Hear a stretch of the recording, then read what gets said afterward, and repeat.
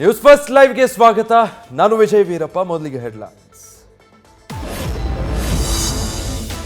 ರಾಮನ ಮಂದಿರಕ್ಕೆ ಹೋಗೋಕೆ ಕಾಂಗ್ರೆಸ್ ವಿರೋಧ ಇಲ್ಲ. ಕಾರ್ಯಕ್ರಮ ಕುರಿತಾಗಿ ನಮ್ಮ ತಕರಾರಿದೆ. ದೆಹಲಿಯಲ್ಲಿ ಸಚಿವ ಸತೀಶ್ ಜಾರಕಿಹೊಳಿ ಸ್ಪಷ್ಟನೆ.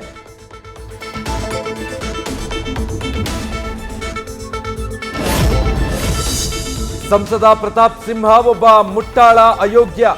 40-50 ವರ್ಷ ಅನುಭವ ಇರೋ ಸಿಎಂ ಬಗ್ಗೆ ಬಾಯಿಗೆ ಬಂದ ಹಾಗೆ ಮಾತಾಡ್ತಾನೆ. ಪ್ರತಾಪ್ ಸಿಂಹ ವಿರುದ್ಧ ಏಕವಚನದಲ್ಲಿ ಶಾಸಕ ಪ್ರದೀಪ್ ಈಶ್ವರ್ ವಾಗ್ದಾಳಿ.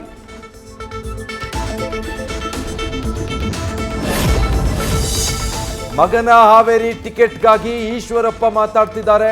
ಟಿಕೆಟ್ ಕೊಟ್ಟಿಲ್ಲ ಅಂದ್ರೆ ನಾಳೆನೆ ಬುಸ್ ನಾಗಪ್ಪ ಆಗ್ತಾರೆ. ಈಶ್ವರಪ್ಪ ಸೆಕೆಂಡ್ ಯತ್ನಾಳ್ ಆಗ್ತಾರೆ ಅಂತ ಶಾಸಕ ಬೇಳೂರು ಗೋಪಾಲಕೃಷ್ಣ ಕೌಂಟರ್.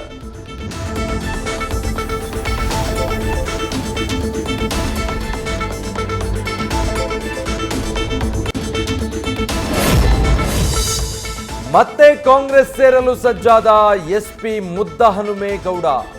ಬೆಂಗಳೂರಲ್ಲಿ ಸಿಎಂ ಡಿಸಿಎಂ ಭೇಟಿಯಾಗಿ ಮಾಜಿ ಸಂಸದನ ಚರ್ಚೆ. ಲೋಕಸಭಾ ಚುನಾವಣೆ ಸನಿಹದಲ್ಲೇ ಕುತೂಹಲಕಾರಿ ಬೆಳವಣಿಗೆ.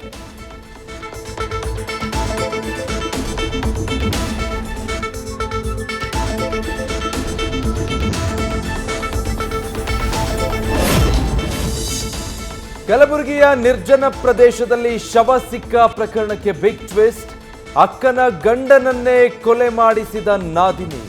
ಹೆಂಡತಿ ಇದ್ರೂ ಆಕೆಯ ತಂಗಿಯ ಮೇಲೆ ಕಣ್ಣು ಹಾಕಿದವನ ಬರ್ಬರ ಹತ್ಯೆ. ತನಿಖೆಯಲ್ಲಿ ಬಯಲಾಯಿತು ಸತ್ಯ.